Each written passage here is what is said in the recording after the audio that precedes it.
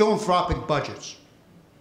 Philanthropies have done, by and large, pretty well in the boom over the last couple of years. And obviously, in most philanthropies, you give out money based on a percentage of assets. Philanthropies have also been heavily invested in alternatives, which, depending again, alternatives meaning REITs and hedge funds and the like. And the question is, for many, if you're the, when we think about philanthropy, generally you're thinking about the 5% of assets that you give out. Well, the real action, I hate to say, is the assets that are invested, right? I mean, that's the if you want to know what somebody does for a living, look at their balance sheet. So yeah, you give out money for a living, but guess what you do for a living? You're an investment house. You're a huge bunch of assets that gets invested. And then you make decisions, like everybody else, and where those things get invested. And you do some things that you try to balance risk, and I'm sure you do it responsibly, and you've done pretty well. Some of you that are have been in some of the larger, more dynamic hedge funds have done really well.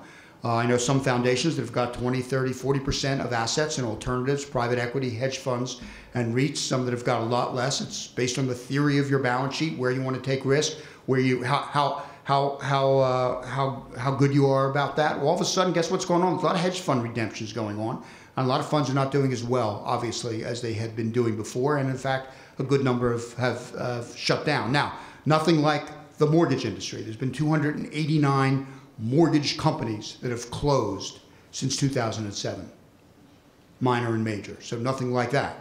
But, that is going to affect your balance sheet. And if it does affect your balance sheet, and you probably won't know for a little while, then the question of what's your capacity to give out money and not to give out money is becomes a big issue. Third are public budgets. Public sector depends on lots of fees and ratables, and in a world where real estate markets have largely frozen, where there are less transactions, where you could get recessionary effects related to employment and the growth of employment, then you get declining public sector budgets. And if you get declining public sector budgets, then you have the public sector crisis. And some mayors and some governors are really good at using a crisis to figure out how to do cool, good things, and some are not.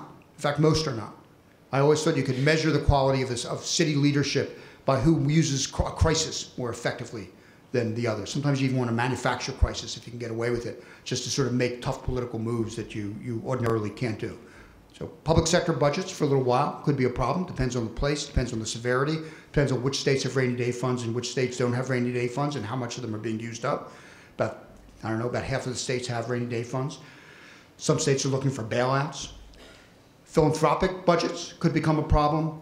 A huge issue of relationship management becomes a big issue.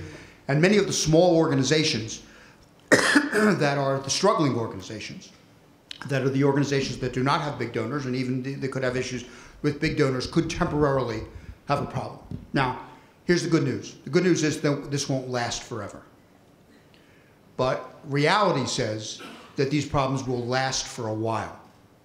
And so it seems to me our job as citizens, as philanthropists, as public sector people, as civic activists, is to look at it squarely for what it is. The biggest problem in the last 10 years is we sometimes have pretended that things weren't as they were, right?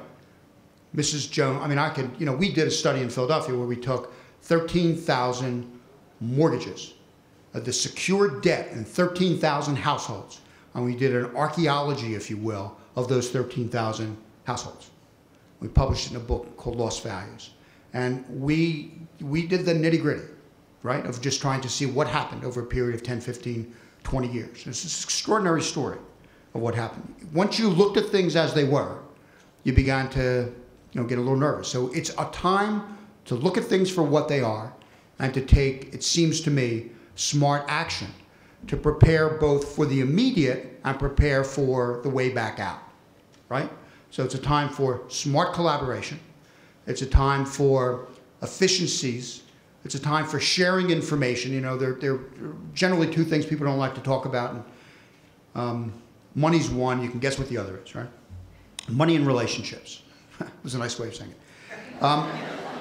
So people, if anything, are going to hold back in talking about that, right? Everybody walks around and says, "Well, gee, how's your balance sheet doing? I mean, did you get messed up in that?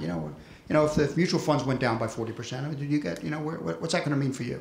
The question is, can we, in our places, come together, look at this, not in a, there's this tendency in pop thinking to want to be pretty damn Pollyannish about things.